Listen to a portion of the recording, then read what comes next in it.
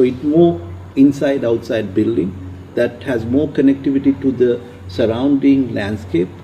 So the landscape is actually a very important role in this design. Landscape take over the building, but eventually it becomes a part of the garden. So I didn't want to make the building stands out as an exterior or an interior. So they camouflage with the landscape. That was my initial idea.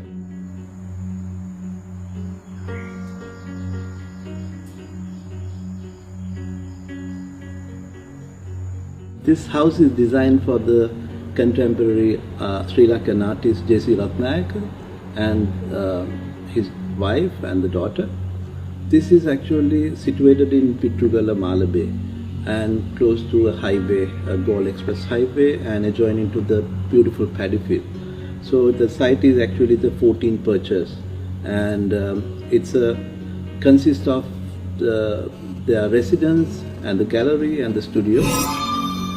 So design actually outcome of their lifestyle and the way of living as an artist. And again, it's a budget was a design factor. So we consider the budget because very limited budget. So we have to find the architecture or the concept based on that two factors, the lifestyle and the budget. So we're trying to design in a way it looks like an oasis, and we created a feeling of a garden pavilion, especially in the ground floor. So it's a series of garden interconnecting, and we remove all the doors and windows from the common spaces or public spaces or their galleries to cut down the cost as well as connect to the nature. We created the high volumes here to get that privacy as well as the security, and create as a sound buffer from this noise of this highway. And those holes that we're trying to get the cool air comes through these holes. The air gaps allows that air to be moved frequently. So that creates a micro cooler climate within the space. So even though it's like high walls, there's no cut off the air. The air movement is really frequently comes through the space. So that helps to passively ventilated spaces. So we never have air conditioned spaces in this house, all naturally ventilated. Only fans we use it if we required, and rest is like a cross ventilation. And keeping the most of the walls unplastered makes to reduce the budget and the cost of the project, and that gives a texture and the character to the building, and it reflects the lifestyle of the user, the client.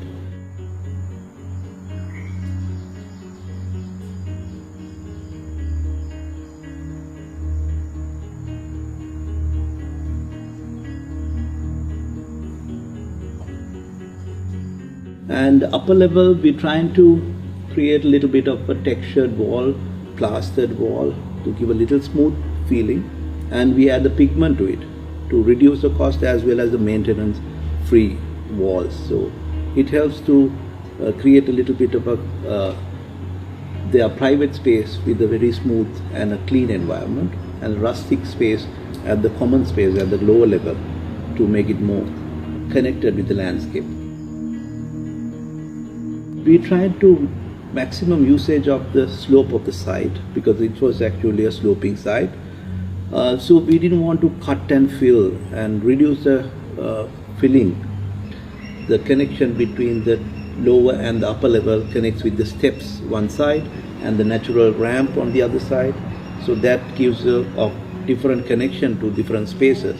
And the steps sometimes feels like overflowing the space. Then you can use that as a more gathering space or a like external space that you can utilize. And the rest of the ramp or a sloping side is more like a visual space, and again the landscape is more dense in that space. Along with that level difference, that helps me to give him a studio with a high volume. So having a high volume for his painting studio is very important to have a big commissions that he can work with the tall paintings. So that we make use of that height as a 14 feet at the lower level, and upper level we create it like a 8.5 to 9 space, and allowing the slab to be have it in a level, same level. At there are more connection with these 2 bedrooms on the back side and the master bedroom. So the connection to the family area is more close and connected. We had a very close relationship with the client, and he involved a lot with the crafting this building, especially furniture or a timber work, because we asked to select what is available, not specified wood. For example, we said for the entrance door, select anything available. So it's like you can find it from a carpentry shop, not specified as teak or some hard wood. So that makes him to find a different kind of wood that gives a different texture, different colors. So he placed it in a way that it's like art. So I didn't want to specify, panel by panel. So he used his, talent to make it beautiful. Finally, it became the art.